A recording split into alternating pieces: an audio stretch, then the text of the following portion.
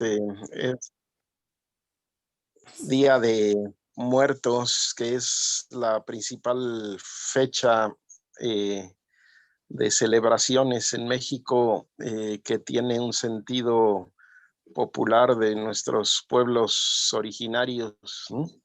Es una fiesta larga que empieza el 30 y acaba el día de mañana, el 2 de noviembre, ¿no? Entonces, pues son muy peculiares. De hecho, dudábamos de si tener o no tener la sesión hoy porque es como una fiesta muy relevante, pero bueno, aquí estamos.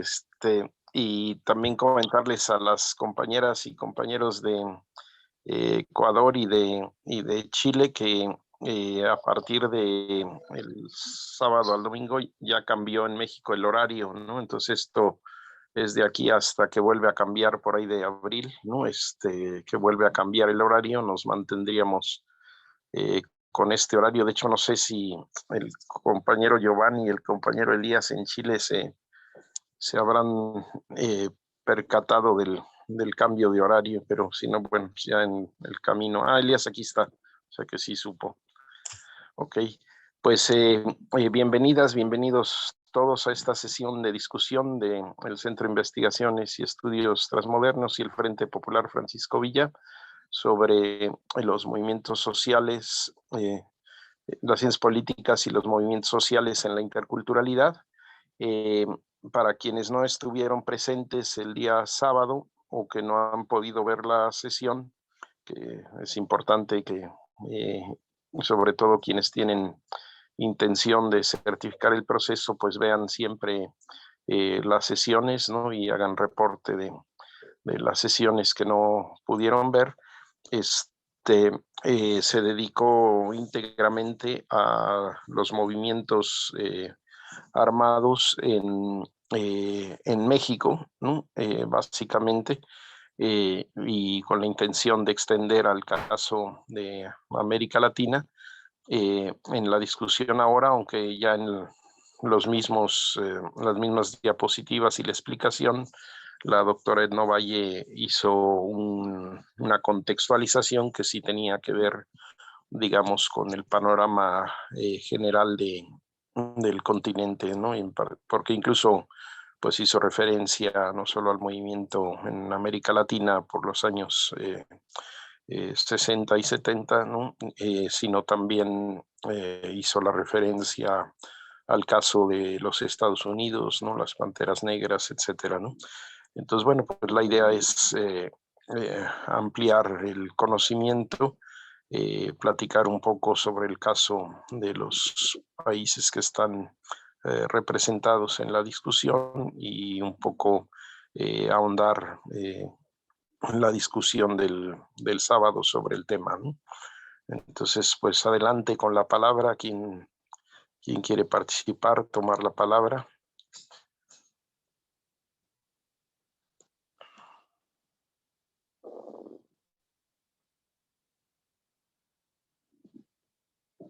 Solo abran su micrófono y adelante.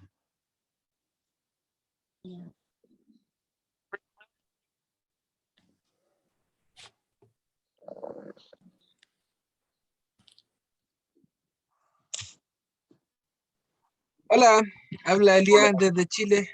Adelante, Buenos Elías. días. Buenos días. Sí, me gustó mucho este módulo en particular de la historia mexicana y ese como ir y venir con la historia latinoamericana. Particularmente nosotros aquí en Chile no tuvimos un conflicto guerrillero como si hubo en otros países. Bueno, después de la Revolución Cubana, si bien hubo un fuerte como influencia del método guerrillero como forma de alcanzar el poder, no alcanzó a materializarse en conflictos guerrilleros en nuestro país. Me atrevería a decir que una de las principales organizaciones que toma esa senda guerrillera es el Movimiento de Izquierda Revolucionaria en Chile, comandado por Miguel Enrique, y que nace en el año 65, 1965.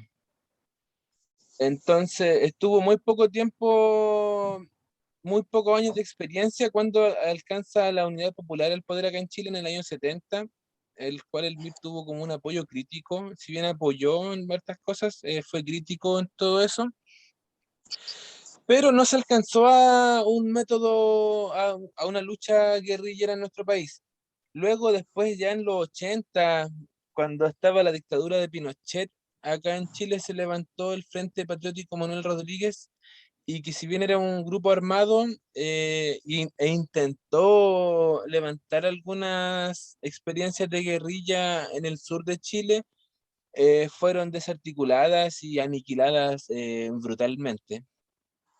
Entonces nosotros en Chile no tenemos esa experiencia de guerrillas como si la tuvo México o Cuba o Bolivia o Nicaragua y muchos países de Latinoamérica. Aquí no alcanzó a esos ribetes o esa magnitud de conflicto armado. Fue más bien la lucha organizativa, política y de masas más que del foquismo guerrillero. Claro. Eso, compañero.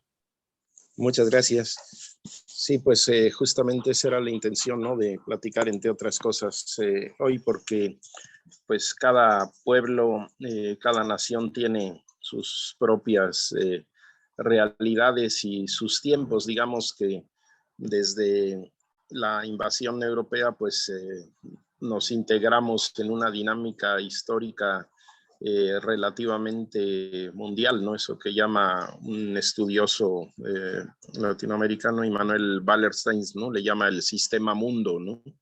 Que empezamos a participar de una dinámica que nos rebasa como pueblos particulares y después como naciones, pero también los tiempos y destiempos pues varían muchísimo, ¿no? En el caso mexicano creo que quedó bien claro en la exposición de la doctora Edna Ovalle que pues se agotó demasiadísimamente rápido, ¿no? El impulso revolucionario del cardenismo y con los gobiernos sucesivos empezó muy rápidamente un proceso represivo, ¿no? Y de contención que pues llevó al movimiento popular que de otra manera, pues yo creo que menos que en otros lugares del mundo hubiera facilitado, permitido, interesado en que creciera un movimiento armado, porque pues ya veníamos de un movimiento armado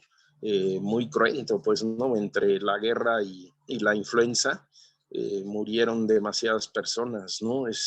Pero pues la verdad no había opciones, ¿no? Y de ahí fue que surge ese proceso, ¿no? Y digamos que aunque hay continuidad, como también decía la doctora Edna Ovalle, porque está vivo, digamos, el Ejército Zapatista, también algunas otras organizaciones, ¿no?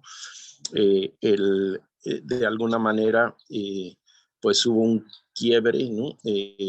Por un lado, con el triunfo, digamos, político de la sublevación zapatista, y también ya había habido un quiebre en cuanto a lo armado o la vía democrático electoral en el año 76-78 con la reforma política que justamente, digamos, la burguesía y el partido en el poder, el PRI, se dio cuenta de que pues no iba a haber posibilidades de su proyecto más adelante si no se hacía esa apertura política, con toda una intención, pues, ¿no? De cooptar, de distorsionar y también siguiendo políticas de control, pero ya como en otra escala, ¿no? Más allá de la represión directa o de la guerra sucia que se llamó, ¿no? Pero pues con continuidades también, ¿no? Como sea, pero sí es como la dinámica de México la que hace esto, pero tampoco pues es la misma de otros pueblos, porque en realidad pues la vía armada, como decía la doctora Edna, arranca con fuerza, digamos, en el nivel latinoamericano, con el asalto al cuartel Moncada de el movimiento revolucionario cubano, ¿no? Entonces, son procesos y es bien interesante porque en Chile creo que así como en Cuba o en México es más temprano la acción armada, en el caso de Chile, pues es el primer gran proceso, ¿no?, de América Latina de búsqueda democrático electoral con el triunfo de Allende en los 70, ¿no? Y, por ejemplo, en México, pues eso fue muy tardado, ¿no? O sea, realmente toda la incorporación al proceso electoral no fue inmediata la reforma, ¿no? Realmente el primer movimiento que tuvo un alcance de un quiebre con el PRI fue en el año 88, cuando ganó y le arrebataron a Cuauhtémoc. No a las cosas, no. Entonces, pues no sé, adelante con la palabrita. ¿Quién más quiere participar?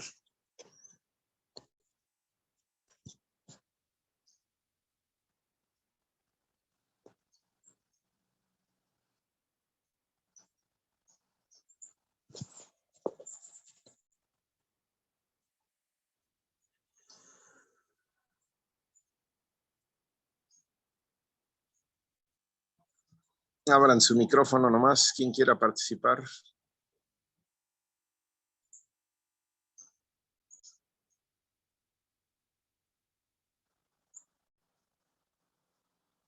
Acuérdense que las sesiones de lunes pues son para compartirse, así que aquí lo central es la opinión de cada una, de cada uno. Pues no sé quién le entra. Saludos a todos desde Ecuador. Bueno, la sesión del día lunes, del lunes llegó el sábado, bastante interesante, realmente todas las nacionalidades de diferentes culturas, de diferentes países, nos hemos obligado para resistir de alguna otra forma por las invasiones, y a pesar que fuimos dueños legítimos de los territorios, hemos sido despojados. Entonces, es casi como una obligación que nosotros estemos desarrollando y organizando de esa manera. Entonces, México tiene una gran trayectoria y la verdad tiene muchos avances inclusive, pero acá en Ecuador no tenemos esa experiencia, como decía el compañero de Chile. Entonces este grupo armado, guerrillero que podemos hablar en Ecuador, no ha habido, y el problema es acá hay mucho control de los políticos del gobierno y el ejército, entonces hacen que de todo eso se limite. Y bueno, el pueblo Shuar empezó a organizarse apenas desde el año 60. Entonces, antes que empiece a organizarse con su propia voluntad, entonces los salesianos intentaron organizar a la manera que ellos querían, a la manera como ellos querían que sean dominados. Entonces, eso nos hace que nosotros no tengamos esa posibilidad de organizar. Entonces, más bien, lo que dijeron los salesianos, de que armar ese grupo, matar a alguien, planificar todo eso era pecado. Todo lo que hacían se iban al infierno. Entonces, el quien se deja manipular, quien se deja esclavizar, el mártir se va al cielo. Entonces, todo eso hace que el pueblo atemorice de que trate de organizar.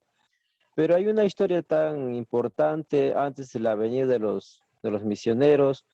Entonces, en el año más o menos de 1470, cuando llegaron los primeros españoles aquí a Amazonía, entonces un mayor Kiri, que los misioneros le llamaron Kirub, entonces ellos lucharon contra la invasión, pero fue un momento dado, no fue una trayectoria.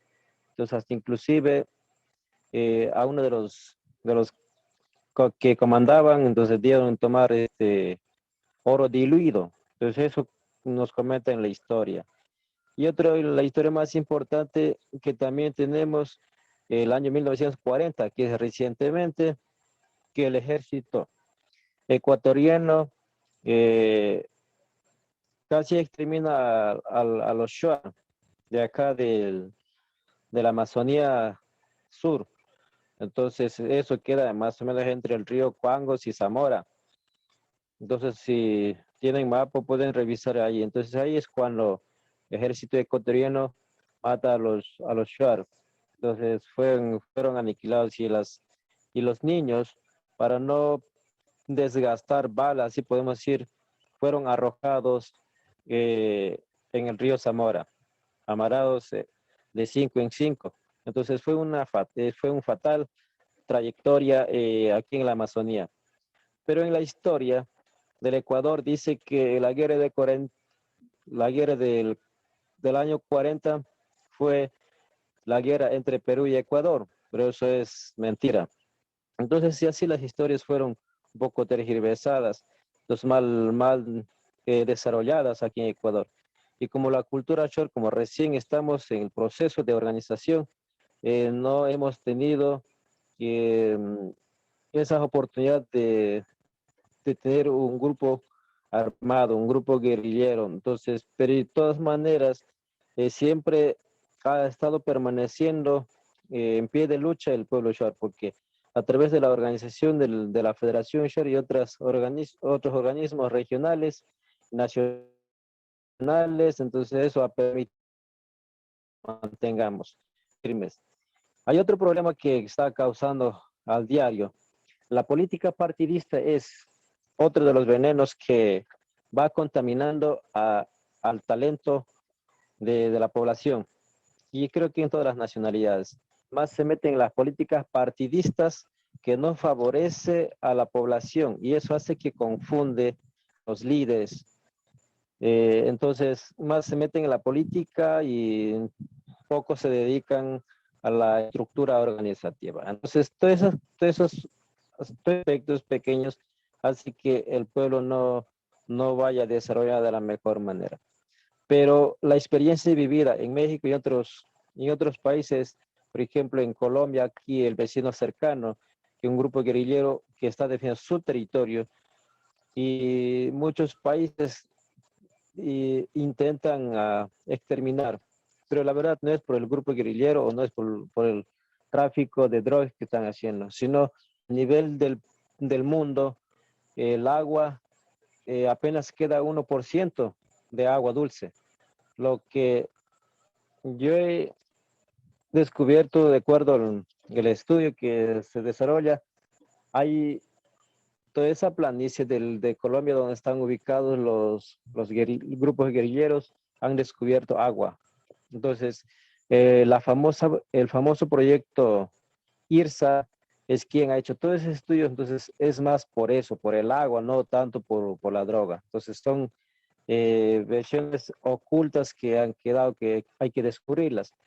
Pero todo ese espacio nos sirve para que nosotros podamos darnos cuenta y seguir fortaleciendo nuestra organización y las organizaciones de diferentes pueblos y nacionalidades. Gracias, Pedro. Gracias, Zunki. Pues sí, muy importante, muy interesante, ¿no? La propia lógica, ¿no? De ustedes como Shuares y del Ecuador, ¿no? Aquí la doctora Edna, pues a duras penas, digamos, podía exponer en el tiempo tan breve la dinámica histórica, digamos, de largo plazo en México, pero sí, en México pues siempre hubo procesos de resistencia armada, además de los grandes movimientos que implicaron la toma de las armas de la independencia, la reforma y la revolución.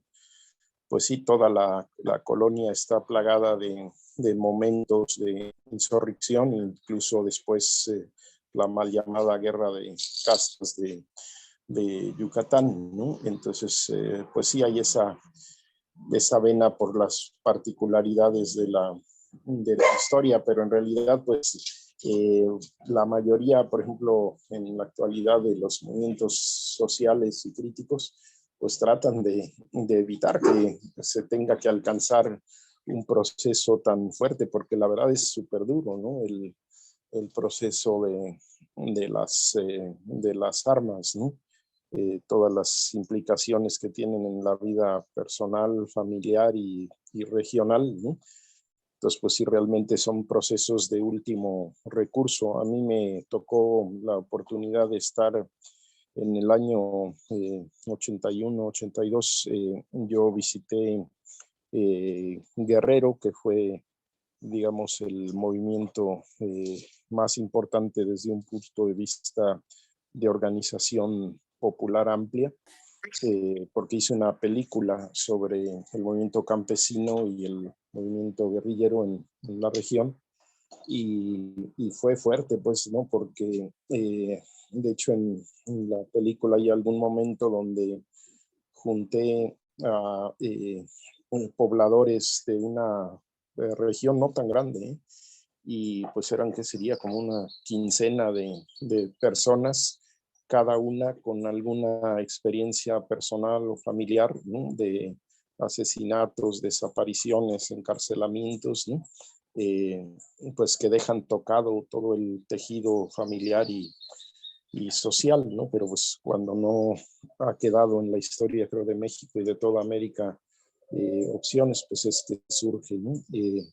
El proceso. Aquí lo central es la organización popular y los alcances, ¿verdad?, que tenemos como pueblos organizados, ¿no? Sí, porque incluso también, ¿no?, en el caso de Chiapas, no, digamos, con pequeños contactos que alguna vez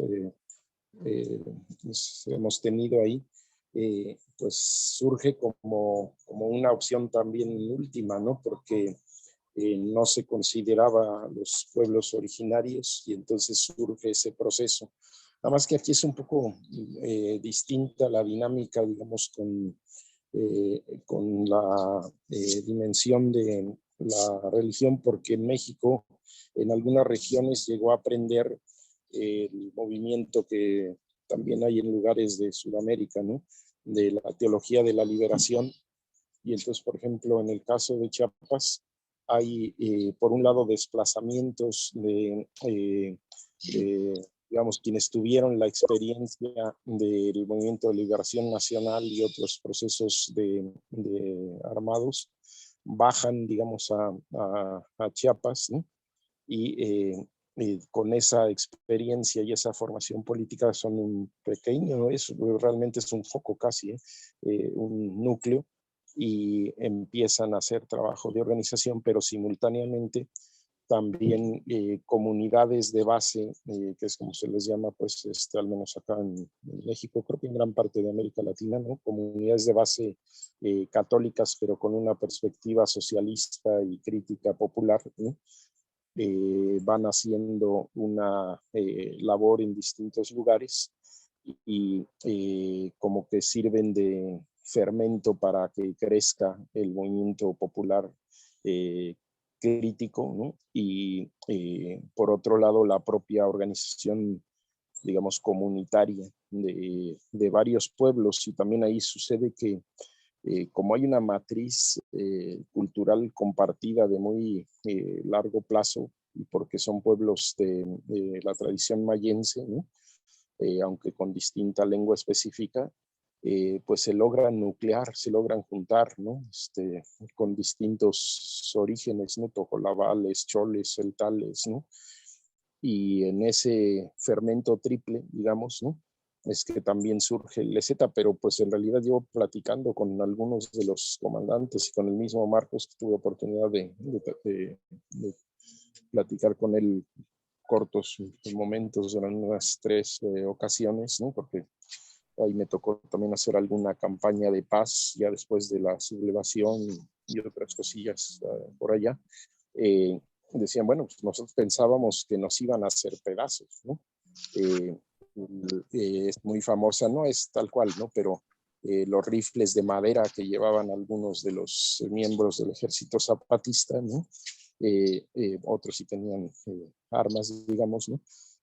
Pero pues era, es decir, nos vamos a manifestar y la fuerza de la organización popular, la determinación, el ya basta, ¿no? Y pues tuvieron la fortuna de conjugar, digamos, eso, la parte simbólica, y también un trabajo que es interesante, ¿no? Porque había algunos personajes, ¿no? Que también conocimos de cerca que tenían como la semillita cuando todavía no era común en México y en América Latina, de conocer el trabajo de las redes de Internet, ¿no? Y aprovecharon mucho ese instrumento, digamos, cuando era menos conocido por el Estado y no había mucha fuerza para enfrentar esos procesos, y eso también le dio mucha presencia mediática, ¿no? Y permitió como el estallido, pero en realidad desde el punto de vista militar en ese momento, pues no podía ser algo relevante, era más bien un proceso de resistencia que se manifestó, ¿no? No es por decir el caso de otros pueblos, ¿no? Porque nuestros vecinos, por ejemplo, en Guatemala o en El Salvador, pues sí tuvieron movimientos muy fuertes, ¿no? Pero aquí fue como esa confluencia de factores, porque propiamente un movimiento, digamos que cabal armado, pues ni siquiera el de Lucio Cabañas, porque no tenía como el alcance como fuerza armada. En cambio, por ejemplo, en El Salvador, no, pues tenían unos verdaderos arsenales. A mí me tocó trabajar sobre todo más que en el proceso armado, en el proceso de paz, ¿no? Igual que en Chiapas, ¿no?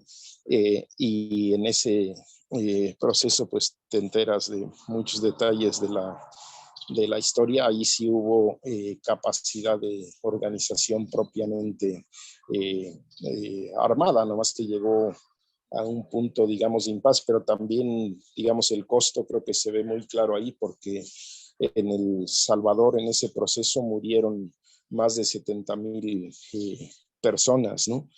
Y yo creo que algo, sea cual sea, digamos, los caminos que los pueblos seguimos, ¿no? Yo creo que sí es bien central la parte de la organización popular, la solidaridad y la conciencia de a dónde caminar y quién es el enemigo principal, porque eso es realmente lo que permite avanzar, ¿no? Y la claridad del programa, por ejemplo, en El Salvador, híjola, pues la tierra no cambió mucho, ¿no? Sí, la cuestión de la tierra, que era el problema central, el que originó, digamos, el movimiento armado después del 89 y el proceso de paz, no cambió mucho de manos y propiedad. Sí hubo reformas, ¿no? Pero no algo esencial, cuando el origen de la misma lucha armada pues había sido la concentración de la tierra por la oligarquía cafetalera, ¿no? Una oligarquía cafeticultora. Y a veces, pues, creo que esa es una parte bien importante de que recuperamos de la experiencia de cada pueblo en el mejor camino y en el camino que menos costo tenga para los pueblos, ¿no? Porque, por ejemplo, en el caso de el movimiento acá en México más contemporáneo, yo creo que la doctora dijo algo, ¿no? Que fue importante, por ejemplo, con la Liga 23 de septiembre y otros, ¿no? Como que se perdió el miedo, ¿no? A la burguesía, ¿no? Con el caso de Genaro Vázquez, ¿no? En Guerrero, yo creo que ellos consiguieron un programa muy nítido, ¿no? Les llamaban el programa de los 4 puntos y el programa de los 7 puntos. Yo creo que tenían una claridad política, ideológica, que es muy importante y envidiable, porque en esos puntos que marcaron en los años 60 y 70, ¿no?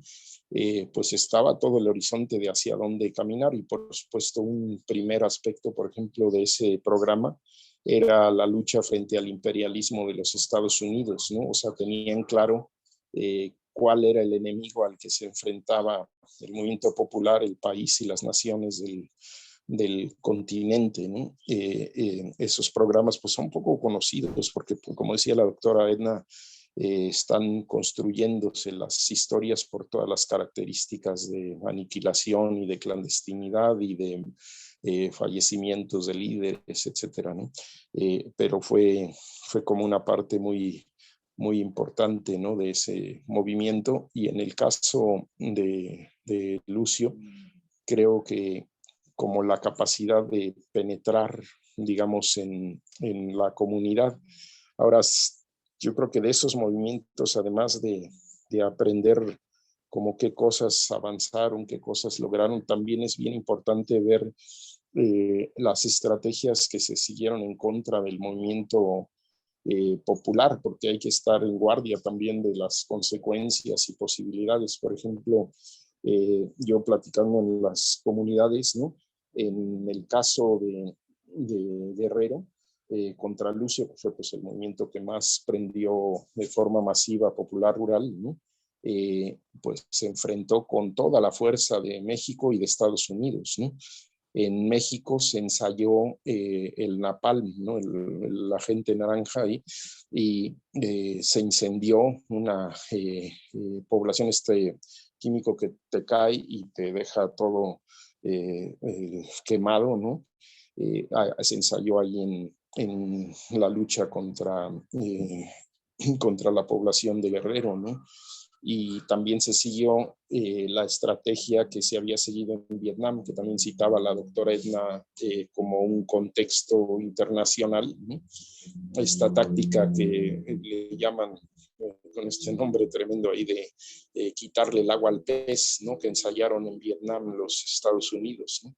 Entonces lo que hicieron fue como atacar a la población de todo el entorno del movimiento campesino para que tuvieran miedo y no se integraran, y también pues mataron personas, las encarcelaron, etcétera, ¿no? Todo lo que es la guerra sucia, ¿no? En ese proceso de quitarle el agua al pez.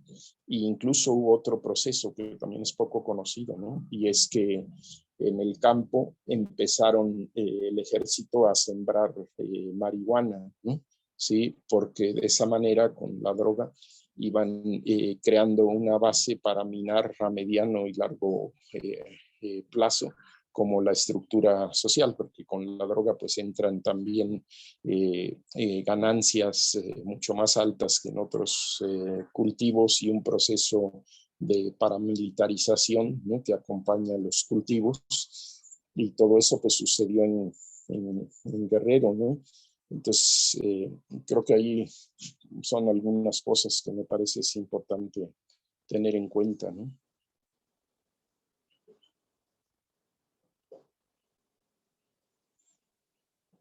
¿Alguien más con la palabrita?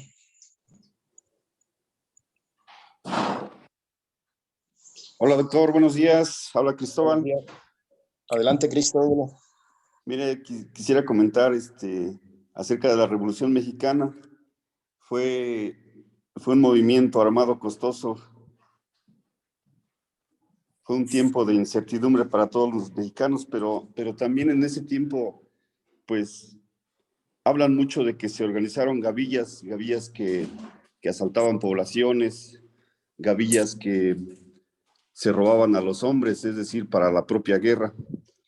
En ese tiempo también, nos comentaban nuestros abuelos que eran tiempos de hambruna. Pues ya nadie cultivaba y la comida se acababa. Fue un gran problema eso, junto con lo que usted menciona sobre la influenza, que también atacó a la población y la diezmó. Bueno, eso fue durante la Revolución Mexicana, pero después, en otras sesiones, pues, hablaron sobre sobre el cardenismo, esto ya más en nuestros tiempos. Para mí este tiempo pues fue un tiempo muy radical que influencia a que muchos movimientos guerrilleros políticos se manifiesten. Veo importante que estas manifestaciones de los pueblos que pretenden que los cambios lleguen a impedir, que los cambios lleguen, perdón,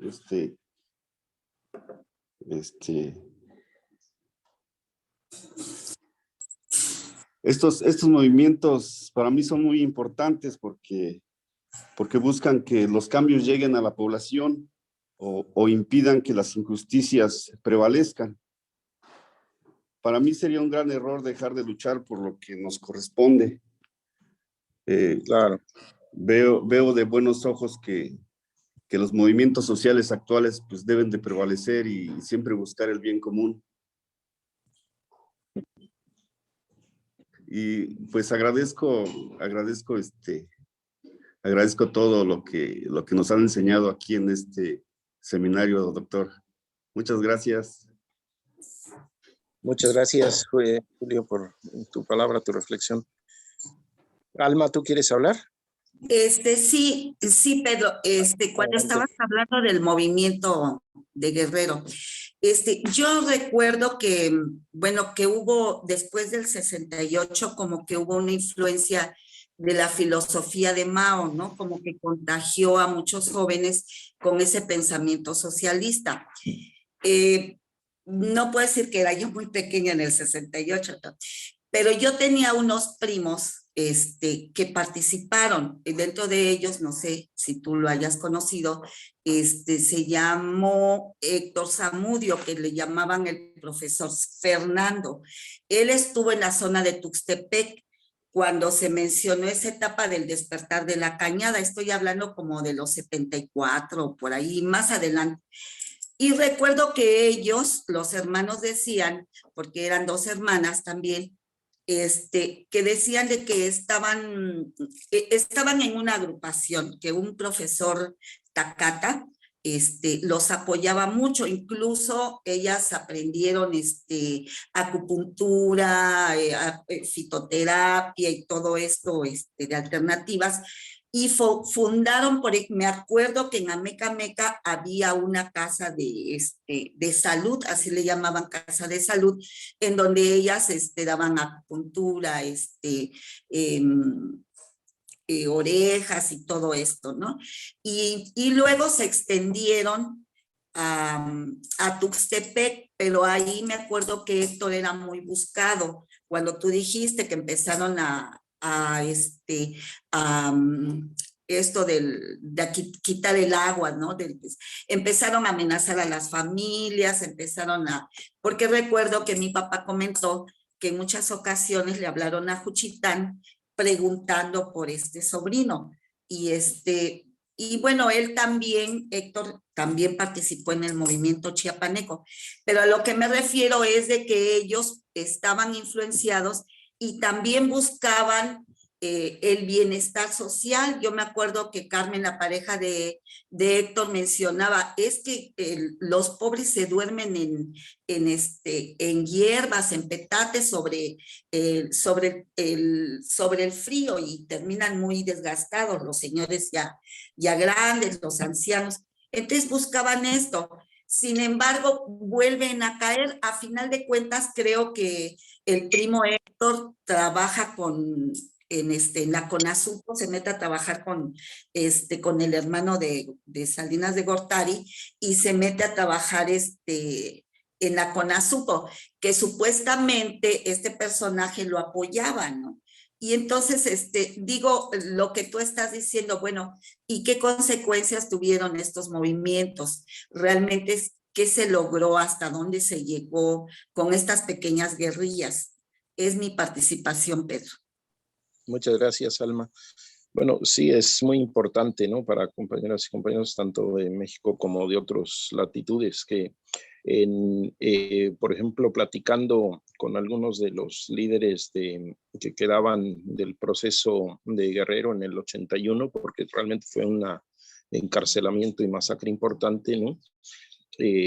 Tuvimos oportunidad de todavía platicar con algunos que habían estado en la sierra, y también empezó la amnistía, ¿no?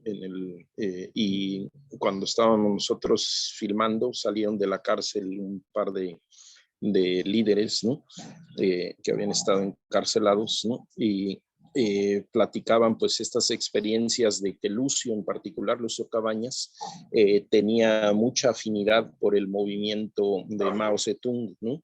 Le atraía mucho porque pues el movimiento de Mao, a diferencia, por ejemplo, de la Revolución Rusa, había sido un movimiento rural y un movimiento que había logrado articular, digamos, a grandes masas, ¿no? En el proceso de insurrección. Entonces, él tenía la lectura del Libro Rojo, tenía lecturas del maoísmo, y tenía mucho interés en saber cuál era el rumbo que seguía.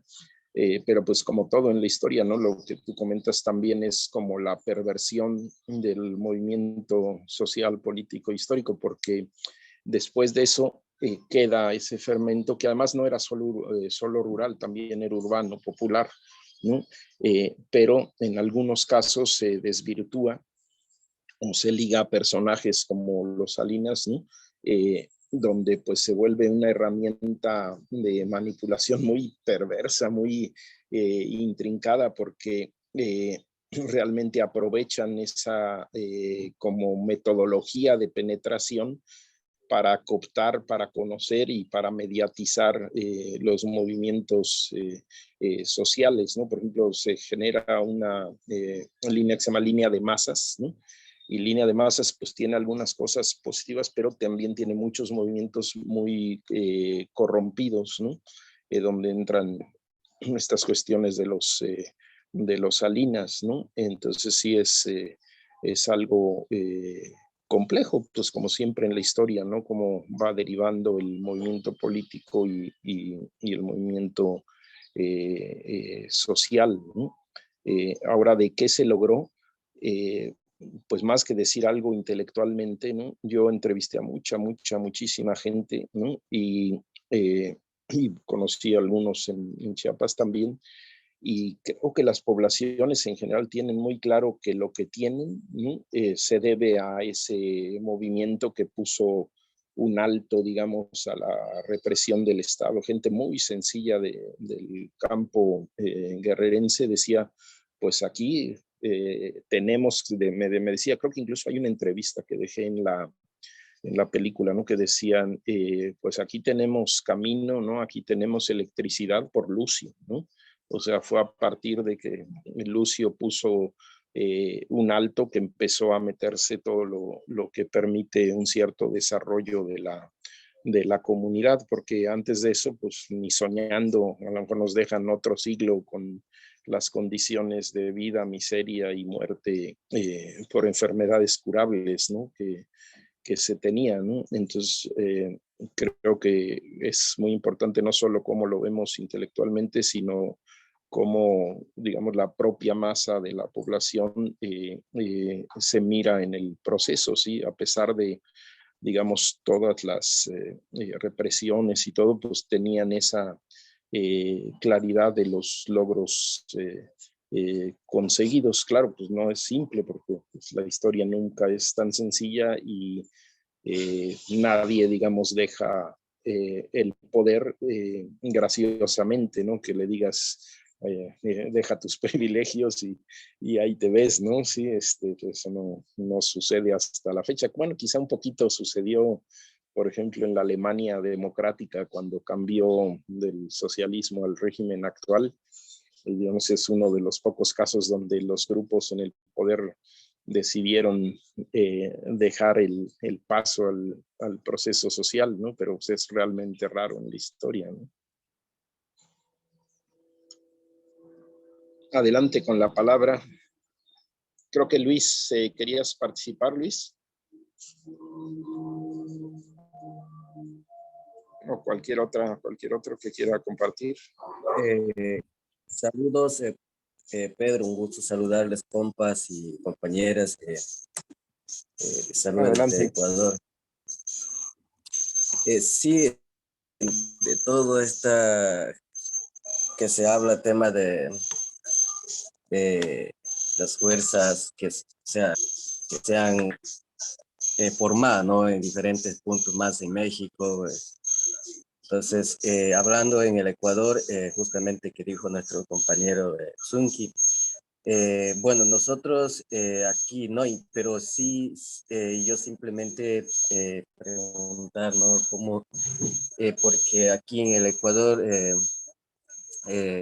no es admitido, ¿no? A formar un grupo armado, pero en punto de vista como nacionalidad, ¿no? Shuar, entonces en tema de resistencia, en tema de defensa de nuestros territorios, ¿no? Eso es lo más que nosotros hemos apuntado, ¿no? Pero a la vez se tiene problema contra el Estado. Entonces, ¿qué pasa? Mientras nosotros hacemos la resistencia o algunos controles en nuestros territorios, ¿qué pasa? Que el Estado militariza, entonces a veces hay enfrentamientos, mientras nosotros, las nacionalidades o las comunidades que estamos en los territorios, no tenemos eh, eh, armamentos. Simplemente nosotros utilizamos lo que es la lanza, ¿no? En nuestro territorio, hacer una resistencia. Y no tenemos armamento. Entonces, por eso es que el Estado, como tiene todo esa ventaja de tener armamentos para poder disparar, para cualquier cosa, ¿no? Entonces, ahí es lo que a veces ha habido muertes, ¿no? A veces heridas por tema de defensa de los territorios. Porque en temas de extractivismo minero, eso es lo que nosotros más hemos, hemos peleado con eso. Entonces, un ejemplo, si nosotros queremos formar, ¿no? Parte de estas fuerzas especiales, entonces el Estado no admite eso, pero yo creo que como nacionalidad para tener esos equipos, esos materiales, lo que se puede decir, ese armamentos, nosotros no podemos conseguir, ¿no? Entonces, ¿por qué? Porque también es muy costoso, aquí es igual muy controlado para conseguir esas herramientas, entonces de mi parte, ¿no? Yo siempre he pensado, al tiempo en este estar que estamos es viable seguir, ¿no? A organizando, porque si no, si nosotros no organizamos, eh, siempre el Estado va a seguir matando, siempre va a ir criminalizando en todo eso. Entonces yo de mi parte, no, de mi pensar, he pensado, ¿no?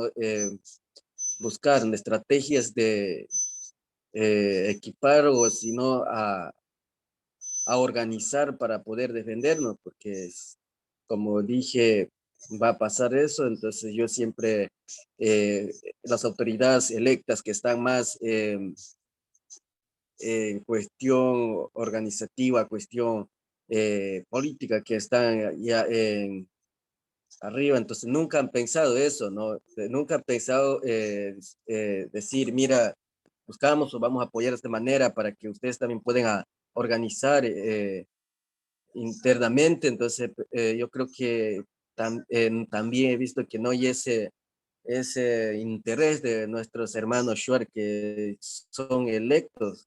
Un ejemplo, hay electos que están electos como prefectos de la provincia, alcaldes, presidentes, juntas parroquiales, son Shuar, pero nadie ha pensado, ¿no? Nadie ha pensado a, a organizar de esta manera, a organizar una seguridad netamente porque, como ejemplo, porque sin eso no hay protección para nosotros.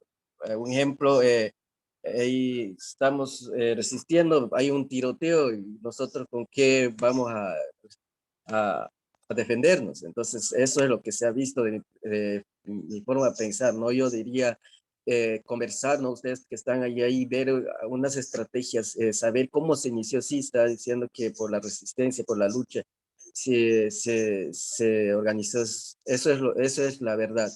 Pero como nosotros aquí, como en las nacionalidades, como Shuar, nos falta tener ese vínculo, ese conversación entre los hermanos de nacionalidades de diferentes países, como por ejemplo de México, como de ustedes, ¿no? Y ir viendo, ir conversando, entonces buscar ese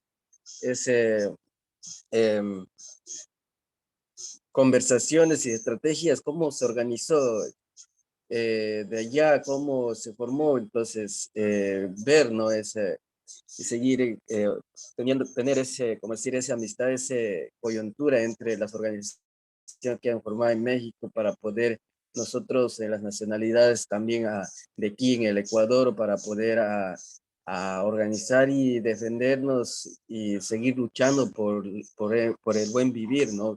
Por futuras generaciones, nuestros hijos que van a venir, porque si nosotros de aquí no dejamos plantando un buen árbol para que un día lo coseche o para que un día se defienda, eh, si no lo dejamos así, siempre van a estar nuestros hijos, nuestras hijas, nuestras sobrinas, nuestros nietos van a estar siempre criminalizados, siempre por el Estado perseguidos, encarcelados. Entonces yo creo que podríamos pensar en eso, ¿no, compañeros de Pedro? Gracias por ese gran eh, experiencia, ¿no? De ustedes que tienen allá. Entonces yo creo que si conjugamos este conocimiento, esta estrategia de organizar y de plantear, yo creo que para mí, ¿no? Sería, para nosotros como Nacionalidad Shuar, sería ustedes serían una de las herramientas de la cabeza que nos podrían dar ese apoyo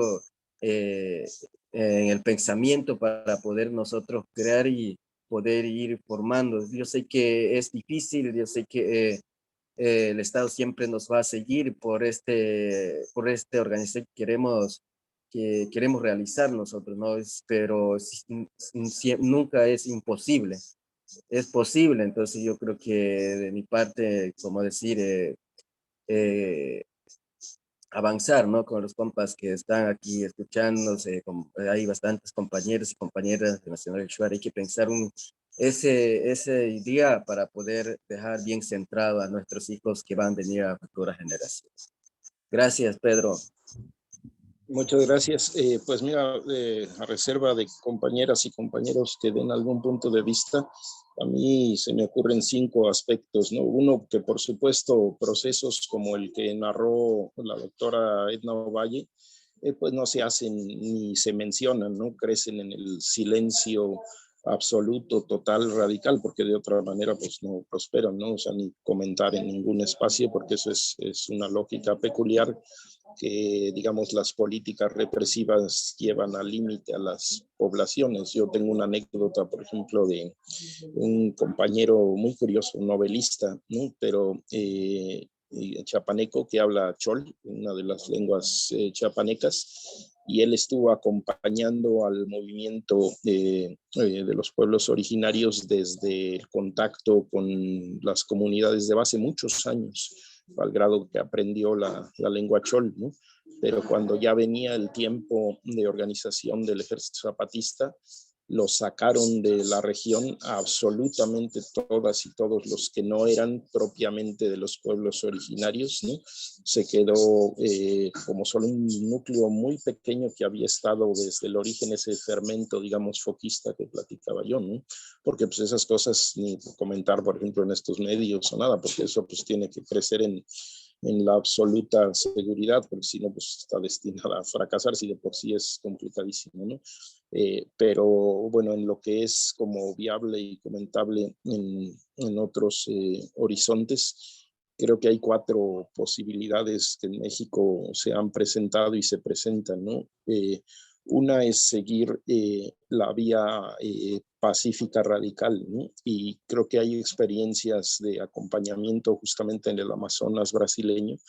Eh, a lo mejor podemos conectar en algún momento, quizá tener alguna sesión dentro del mismo seminario o a lo mejor en particular con el grupo de Yamarán, ¿no? Porque hay organización que a partir de la búsqueda pacífica de resolución de conflictos que viene de Gandhi, ¿no? Se han hecho muchos esfuerzos justamente en algunas zonas mineras, entre otras cosas, ¿no? Y cuando hay organización popular, como es el caso de ustedes, pues son una nacionalidad súper organizada, con núcleos de núcleos ahí de organización, pues es posible que tenga éxito y pues son experiencias que han sido probadas y han tenido posibilidades de triunfar en algún momento. Yo conozco una compañera italiana, curiosamente, ¿no? Pero que está en México, ¿no? Y que ha participado en estos procesos de acompañamiento. A lo mejor le podemos pedir alguna plática, pues que les despierte la cabeza y a lo mejor les da alternativas, ¿no?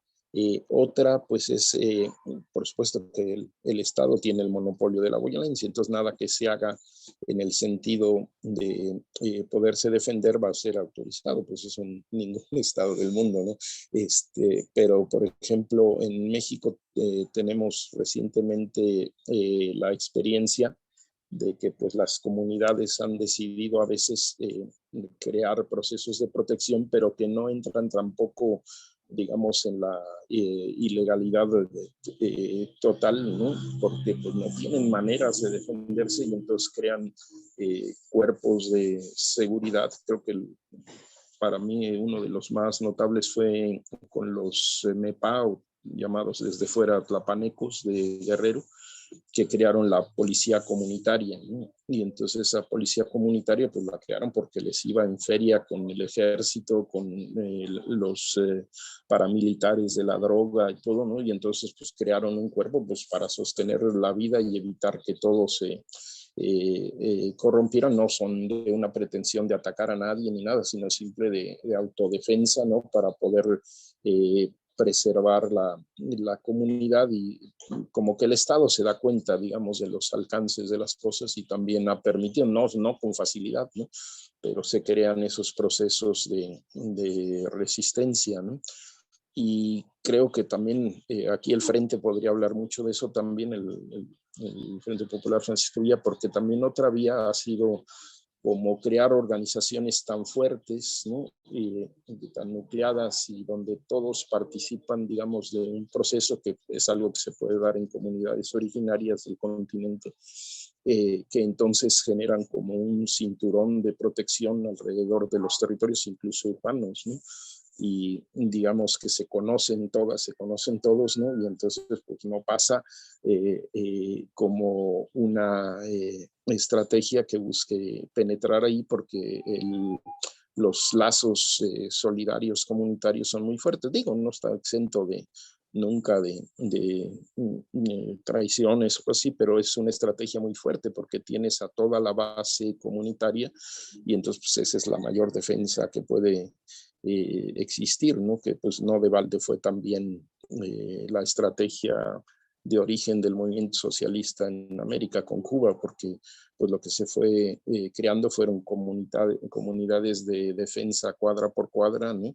Y de esa manera después se copia también Venezuela, ¿no? Pero que es pues la organización popular, pero tan cohesionada, ¿no?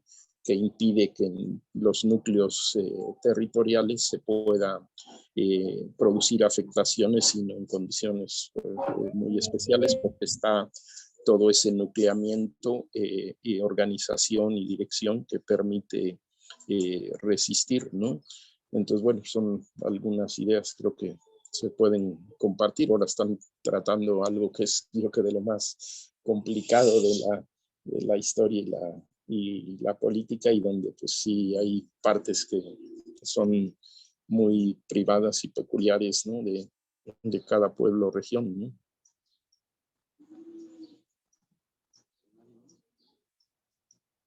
¿Alguien más con la palabrita?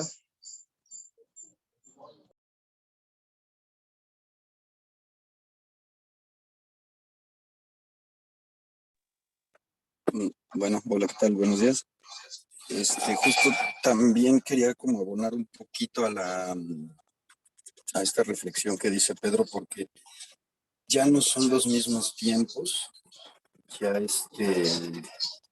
pues como bien dice Pedro, el monopolio de la violencia ya lo tiene el Estado en el sentido, las armas vienen del mismo lugar, en otros momentos históricos, pues había dos grandes potencias que tenían capacidad de estas herramientas. Ya estamos bajo una imperialista, o al menos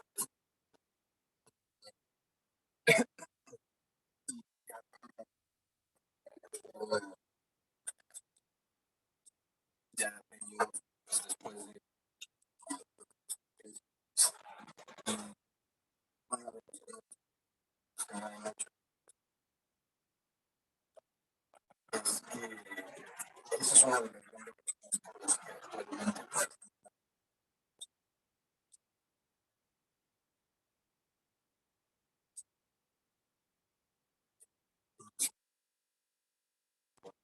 a toda la población, ya no nada más, digamos, a ciertas regiones como en Guerrero, que fue en la guerra social.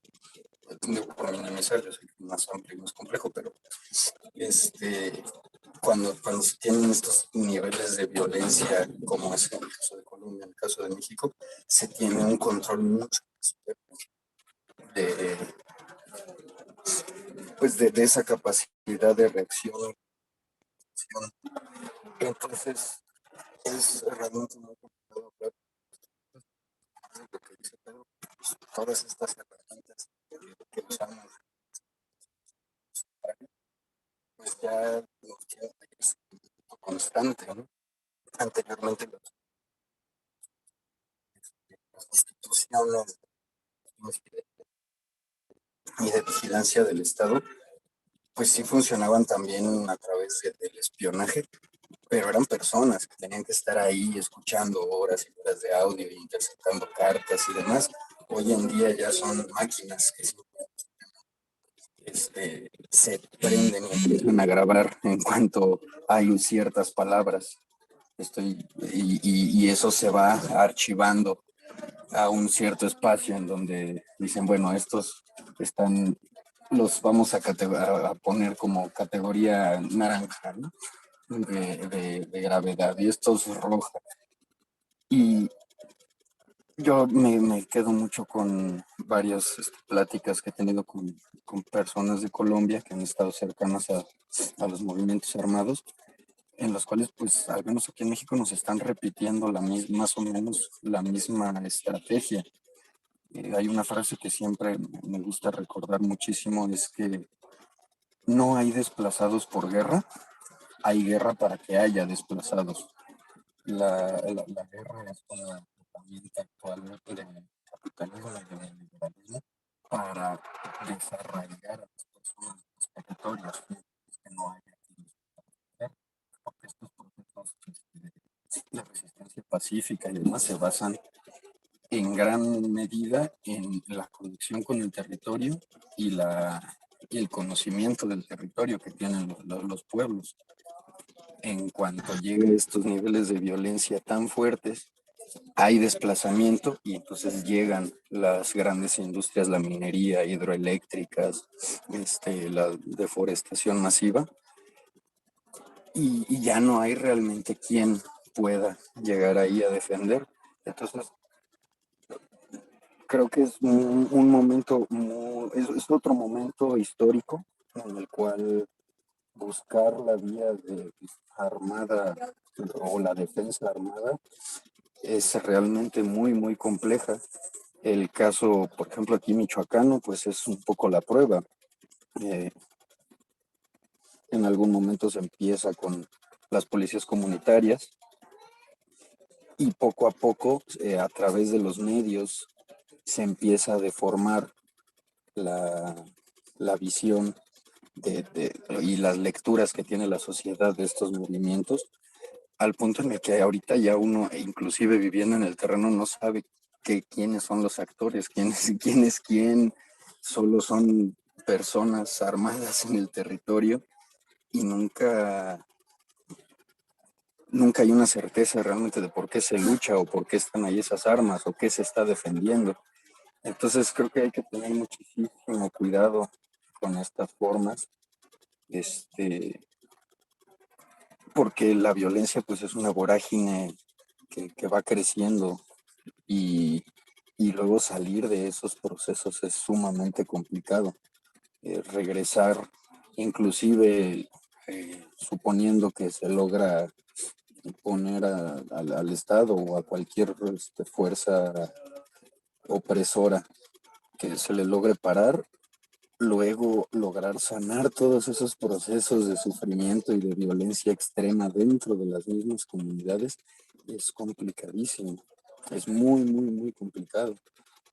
Creo que todo proceso de violencia lo ha sufrido y hasta ahorita se siguen pues teniendo que trabajar estas cuestiones, familias totalmente divididas, peleadas a muerte, comunidades peleadas unas con otras, aún siendo vecinas, aún siendo de la misma cultura. Entonces, creo que sí se tiene que hacer un análisis muy distinto, tal vez sin, inclusive creando nuevos conceptos, porque el monopolio de la violencia, pues lo tienen ellos, ¿no? Ya sea a través del ejército, paramilitarismo, llámese aquí en México el narco. Pues hay que tener muchísimo cuidado cuando vamos a buscar de violencia de género, donde siempre estamos donde escuchar así seguidos para que nos podamos comunicar ahora. Fue una bendición en este momento, podemos comunicarnos con personas que estamos a cientos o miles de kilómetros, pero también pues nos monitorean constantemente. La camarita que tienen estos aparatos están vigilando todas nuestras reacciones, ven si se dilata la pupila, si te emocionas, si te entristeces, entonces nos conocen muy profundamente, nos conocen a un nivel emocional. Entonces hay que tener realmente mucho cuidado en cómo hacemos uso de estas herramientas. Y sí, la conexión con el territorio, con la comunidad, con la realidad física, es de las cosas que más logran mantener a las comunidades y puedan evitar estas que paralizan y destrozan. Muchas gracias.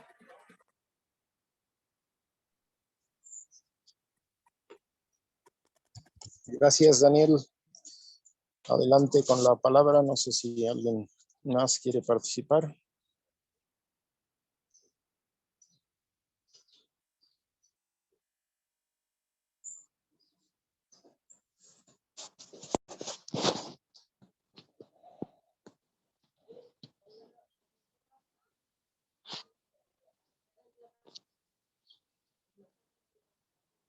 ¿Algún compañero más que quiera participar, compartirse? Pedro,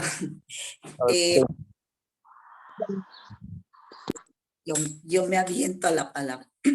Con lo que expuso el compañero, bueno, no escuché en su totalidad, pero entiendo que los movimientos armados tenían una finalidad del bien común de la sociedad, un cambio, ¿no? Un cambio a ese poder impositivo y explotador. Sin embargo, lo que menciona el compañero es muy cierto. Ahorita escuché algo acerca de la violencia. Ahorita, ¿qué está sucediendo? Estoy en estos momentos ando en Tuxtla y escucho historias de que todo está terrible, todo está peligroso, un vecino que es constructor, que le quitaron el vehículo en las zonas de allá, el presidente no se mete, la sociedad tampoco, pero era un grupo de que dijo quémenlo, quítenle el camión, el volteo, quítenle la maquinaria, etcétera, ¿no? Entonces esos grupos de violencia se dan, pero ya no buscan un bien común, sino simplemente la cuestión de ese pequeño grupo, digamos, grupo que te quiere explotar, como dijo el compañero que habló. Yo ya no sé si la policía me protege, me cuida o qué pasa, ¿no? Y bueno, y me acordé del caso de la ventosa en Juchitán hace un año más o menos, cuando los ventiladores, que se hizo un comité de gente de la ventosa que decía, ¿por qué nada más traen gente de fuera? Queremos ahora meter a nuestra gente. Y entonces estos señores meten a su gente, meten a la gente, son contratadas jóvenes de la región, a ver, hay ingenieras, hay ingenieros, a ver, los vamos a contratar. Los contrata una misma organización que estaba en contra de los extranjeros que habían llegado. Bueno, pues esa organización llega y los mata a todos. Fue muy comentado este caso, no sé si fue hace 2 años, me parece. Fueron 12 jóvenes muertos, me parece, sí. Pero es de este pequeño grupo que decía, estos que están molestando, que están cerrando carreteras y que todo esto, bueno, les vamos a decir que los vamos a contratar, lleguen y mátenos. Y supuestamente el que los defendía, aquí decía, bueno, pues lleguen y mátenos, fue el que manda a matar. Entonces ya los mismos subgrupos están actuando con esa violencia desmedida, ¿no? Que ya no es precisamente en protección. Lo que pasa es que ya había pactado con los de la eólica, pues ya había pactado con los de la eólica de que no iban a causar problemas a su gente. Así es de que dice, pues mejor los eliminamos y ahí yo quedo bien y meto a la gente que yo quiera. Entonces, esos son los problemas actuales que estamos viendo, ya sea aquí en Chiapas, en Oaxaca, es lo que yo estoy viviendo. Ya no, esos movimientos armados que se están dando ya no son precisamente para un bien común, como que ya nada más va dirigido a un pequeño grupo, ¿no? A un pequeño grupo. Entonces, sí, las cosas han cambiado. Es todo, Pedro. Gracias, Alma.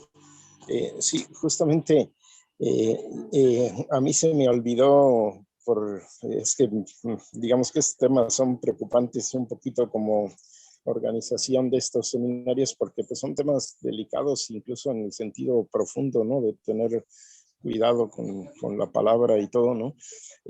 Pero creo que la acción más importante que se da en México y que es una posibilidad para los pueblos originarios del continente es lo que ocurrió acá en estos años recientes con las comunidades justamente de nuestra región de Michoacán, porque digamos, encontrando los huecos legales, ¿no? Y también la condición internacional de promoción, digamos, en el discurso del respeto a las comunidades originarias, se logró crear en una comunidad de pueblo purépecha de Cherán un gobierno propio, ¿no? Y con ese gobierno propio que también nace de las condiciones como internas difíciles de los grupos de talamontes y otras realidades muy específicas y fuertes del pueblo, ¿no? Se crea legalmente un gobierno comunitario y con ello se consigue, bueno, la asignación de presupuesto directo y por otro lado la posibilidad de organización interna de la policía comunitaria, pero no como la de Guerrero o de otros lugares, sino que bajo el aval general del Estado Nacional, porque pues se metió en el resquicio de conseguir la autonomía de la localidad, ¿no? Y en eso pues los que vigilan, digamos, el pueblo son el propio pueblo y tienen una serie de mecanismos de gobierno autónomo, ¿no? Entonces yo creo que para el caso particular de los compañeros Shuar, lo más prometedor sería conquistar los procesos autonómicos internos, ver los requisitos legales internacionales y nacionales de que disponen, porque de esa manera podrían constituir, ¿no?, su autodefensa de manera legal. Sería la lucha más profunda y duradera, ¿no? Lo que veíamos en las sesiones sobre la colonialidad, de cómo pues tenemos experiencia ya larga en América desde el año 38, cuando se crea la región Guna en Panamá, ¿no? La región autonómica, ¿no? Y hasta estas experiencias como la de Cherán, ¿no? Porque ahí pues sí, ya claro, depende digamos, la integridad de los líderes y movimientos, ¿no? Pero pues es la vía menos costosa, ¿sí? Porque se fortalece la cohesión comunitaria, porque se tiene el gobierno, se tiene la defensa legal, ¿no?, de los procesos, y es la vía más prometedora, ¿no? Porque les daría un margen de seguridad, no se consigue en un día, ¿no? Incluso, por ejemplo, la perspectiva que se consiguió en Cherán, después el Estado burgués, digamos que empezó a cerrar resquicios legales para no permitir que en otros pueblos se consiguiera, y ahorita se está caminando por otros vericuetos, ¿no? Porque el específico, digamos, con el que se constituyó la autonomía de Cherán, lo cerraron en parte, ¿no?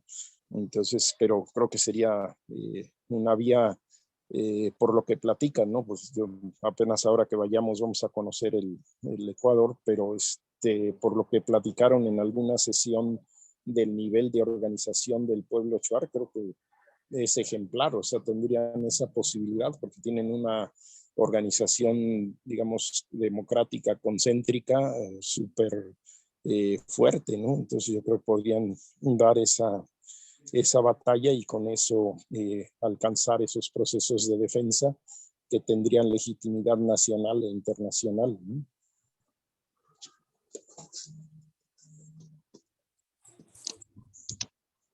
Adelante con la palabrita.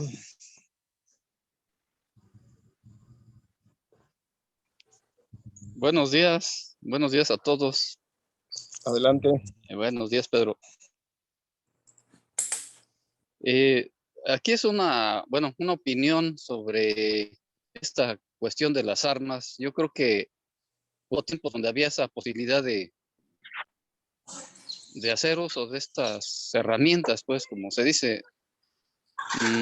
Más bien, ahorita lo que comentaba Alma de estos grupos armados ya son una derivación de corrupción desde mi punto de vista, ¿no?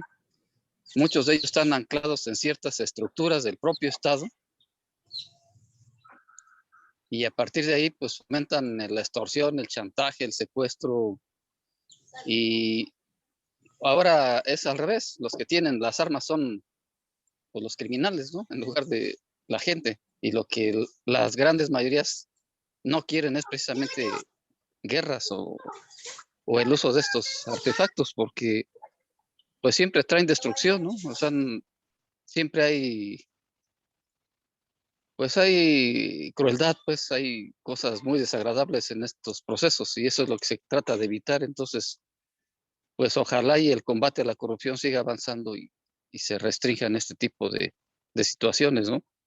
Que se pueden lograr más con la presión social así organizada en masa, que pues intentando lo que ya en otras épocas se ha hecho y que sí deriva en mucha sangre y en mucha destrucción. Ese era el comentario. Gracias.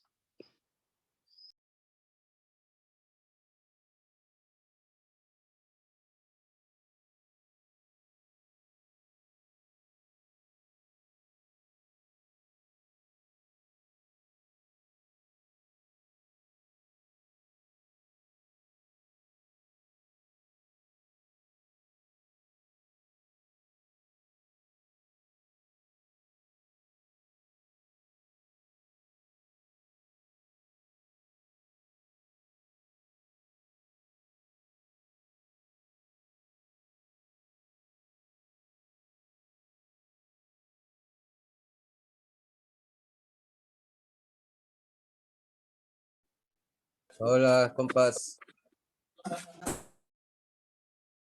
Adelante. Sí, simplemente sí, como dijo el compañero, siempre, a ver, ¿qué puedo decir? Nosotros como nacionalidades o como personas, como estamos, siempre se vive organizado, ¿no? En tema de eso, si simplemente nos vamos así solo para la resistencia, sin equipos de defensa, eh, el Estado en cambio viene con armamentos o con algunos equipos de defensa, ¿no? Siempre va, un ejemplo solo en paro nomás aquí en Ecuador, cómo deprime el Estado, o sea, en parte de las policías, ¿no? Disparan, a veces algunas tiras de bomba lacrimógena hieren, algunas cosas pasan. Igual los territorios. Eh, un ejemplo en los territorios, netamente ahí que pasó acá en nuestro territorio, ¿no? Con el gobierno anterior, con Rafael Correa, ¿no? Entonces, eh, una comunidad o una organización que estaba, entonces empezaron a defender, ¿no? El territorio, el tema del extractivismo minero, entonces. El Estado mandó fuerzas públicas a desalojar, a contractor, a destruir casas, todo eso. Entonces, si nosotros estamos ahí simplemente con lanzas y ¿qué más? Con machetes, ellos van a disparar, ¿no? Entonces, siempre cuando hay que tener, o sea, hay que estar preparado y de mi punto de vista, ¿no? Sí, siempre va a haber muertos. Si no hay muertes, el Estado no va a, a respetar, siempre va a haber muerte, o sea, siempre va a haber heridos, pero yo creo que la estrategia que pensar es que hay que también a defendernos por lo que el Estado hace igual, ¿no? Porque tenemos los mismos derechos. O sea, a ese punto de vista yo voy porque si no, siempre va a seguir matando el Estado. Yo creo que eh, deberíamos pensar, ¿no? La lucha, porque aunque nosotros digamos con el Estado, con algunas entidades que hagamos un diálogo, no se ha concluido. El Estado o alguna empresa dice, pero no cumple. Entonces son cosas que no podemos confiar en el Estado o en algunas empresas que dicen y no cumplen, pero a la vez son contrarios. Quieren seguir saqueando algunos recursos que nosotros tenemos. Entonces, yo creo que mi punto de vista hay que organizar y defender. No es que es para ah, a pelearnos entre nosotros, ¿no? Es que siempre va a ser una de las seguridades que para nosotros va a servir, pero mientras, si ellos topan, igual nosotros, lo que estamos organizados, siempre hay que responderlo, porque si no, no nos vamos a dejar. Son las ideas que podría yo poner, ¿no? Como dijo el compañero, sí, los grandes, lo que tienen los armamentos son los que son organizaciones delictivas, todo eso, ¿no? Entonces yo creo que en cambio a nosotros como organización no quieren que tengamos esos armamentos. Solo simplemente nosotros como aquí organizaciones creamos seguridad indígena. Ahí el Estado ya con eso empieza a perseguir, diciendo que las organizaciones están conformando organizaciones delictivas, solo por lo que tenemos seguridad indígena, sea más en nuestras comunidades, internamente, pero la verdad, viendo nuestras seguridad están solo con lanzas, solo eso, pero no con equipos de armamentos más pesados que eso. Yo creo que siempre, ¿no? Debiste pensar hay que pensar, como dije anterior, hay que dejar defendiendo, porque si no, siempre el Estado va a seguir matándonos, hiriendo. Entonces yo creo que hay que morir para poder dejar defendiendo el buen vivir de nuestros hijos, ¿no?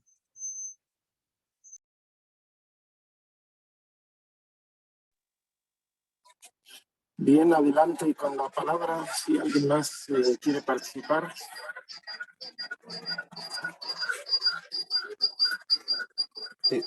Yo quisiera, a menos de que alguien más tuviera algo que aportar, es que también tener muy en cuenta que las armas y en sí el despliegue claro de la violencia, que son tanques militares ya en el terreno, el armamento, bombardeos, desapariciones y demás, es una herramienta en sí para generar este miedo y este control social. Las armas no son el fin y tampoco son la cosa que va no son ni el único medio ni son el fin. Son una herramienta, una posibilidad.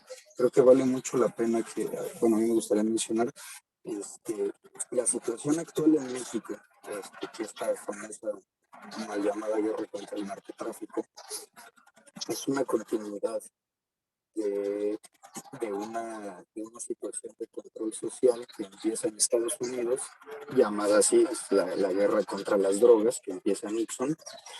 Él lo empieza en su momento para desestabilizar los movimientos sociales de la población afroamericana. Entonces empiezan a introducir el crack a las poblaciones negras y a partir de ahí entonces ya los pueden criminalizar y es por eso que en Estados Unidos es el país con mayor población encarcelada y la mayor cantidad de población encarcelada es población afroamericana. El movimiento de las Panteras Negras que estaba logrando grandes cambios sociales y de autoempoderamiento de la comunidad afroamericana, ahí se diezmó, lograron llegar hasta los líderes.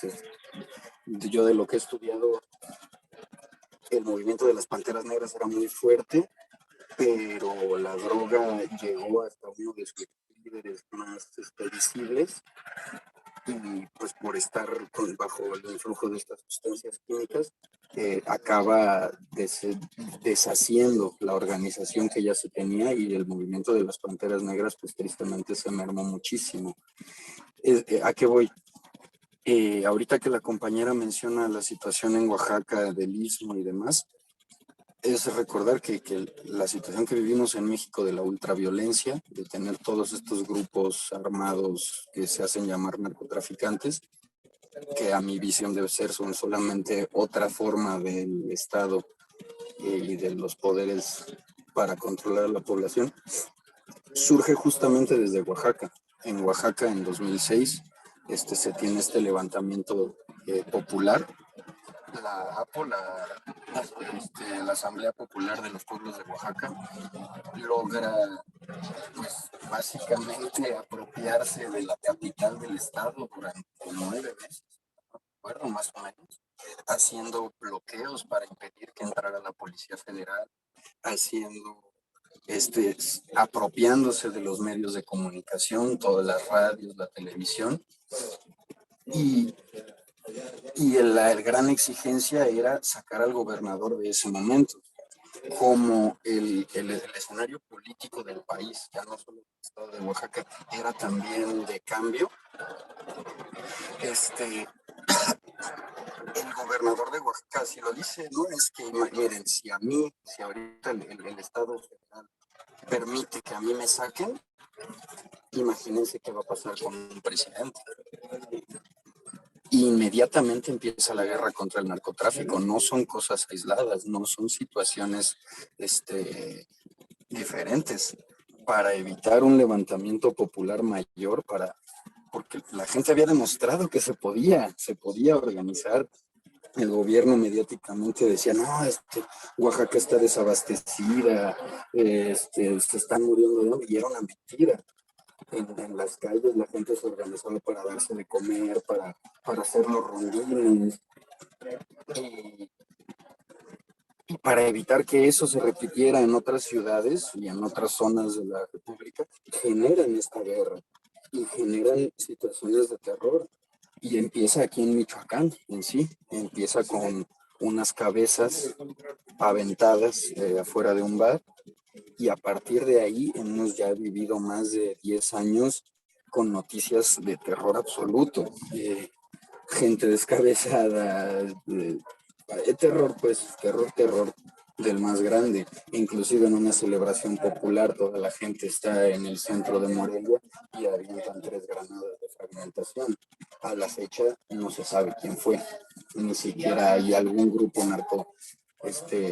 de narcotraficantes que se haya adjudicado, ¿no? Pero ahí es como vemos que empieza el terror del Estado, y la sociedad en México ha cambiado muchísimo. Aquí en Michoacán la población era muy abierta. Yo recuerdo de pequeño cuando venía a visitar a mi abuela, todos los pórticos estaban abiertos, tú podías fácilmente caminar por la calle, y si había mucho sol te metías, y la persona dueña de la casa te veía, te ofrecía un vaso de agua, y hoy en día eso ya es, es extremadamente raro.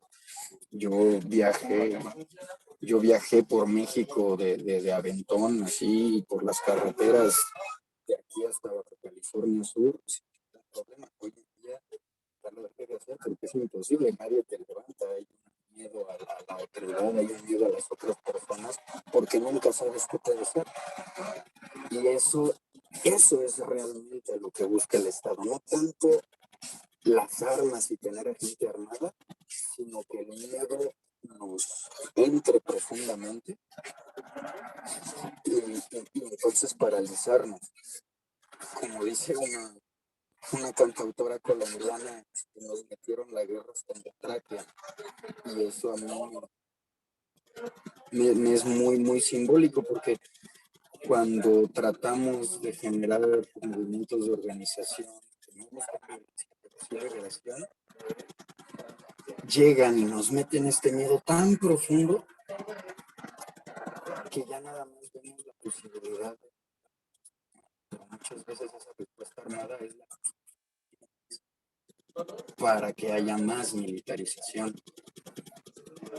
Aquí lo hemos analizado mucho, y es que muy pocas organizaciones tienen la capacidad de ejercer la violencia de manera efectiva, porque el Estado lleva preparándose más de 30 años con equipo tecnológico de comunicación, con equipo de vigilancia. Y les repito, ¿no? O sea, tomar en cuenta o como certeza que en estos momentos toda esta grabación ya está siendo grabada y ya está siendo archivada bajo una categoría de riesgo para el poder, ¿no? Y eso es un hecho, estoy segurísimo.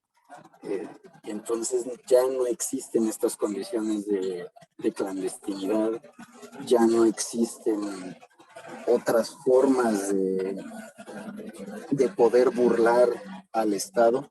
Entonces sí tenemos que tener mucho, mucho, mucho cuidado en cómo se hace el ejercicio de la violencia, y creo que sobre todo inspirarnos de quienes ya pasaron por un episodio tan terrible, ¿no? Me refiero, al menos aquí en Latinoamérica, pues acercarnos a personas que estuvieron involucrados en los movimientos guerrilleros de El Salvador, de Colombia, y que ahora, a mí me lo han dicho tal cual, no le tenemos miedo a la guerra, pero va a ser lo último que vamos a buscar, porque nadie quiere la guerra, no es algo deseable, nadie que yo conozca que haya estado realmente en combate lo extraña. Entonces, tener siempre mucho, mucho, mucho cuidado cuando se trata de buscar la liberación a través de las armas, porque el trasfondo psicológico siempre es siempre va a fortalecer al poder. Muchas gracias. No sé, alguien más que quiera compartir palabra.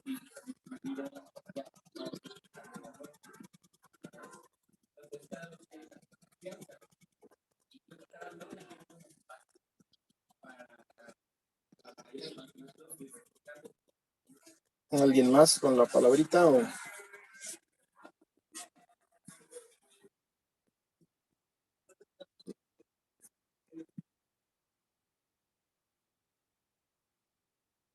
¿Alguien más con la palabra o ya no hay nadie que quiera participar?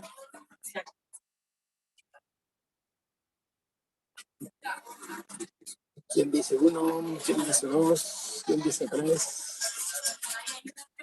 Si no hay alguien más para compartir, pues aquí cerraríamos y ya se votó la palabra común.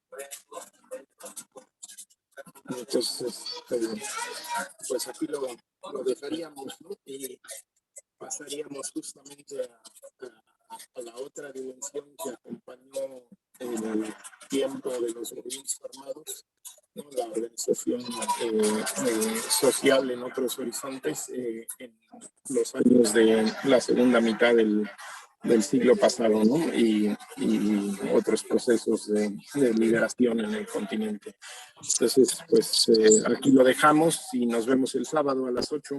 Acuérdense los compañeros de Sudamérica, de Chile y de Ecuador, que ya de aquí hasta abril nos mantenemos en este horario que hoy tenemos, ¿sí? México ya queda permanentemente todos estos meses el nuevo horario. Y pues gracias a todas, gracias a todos. Gracias, Pedro. Que pases feliz día.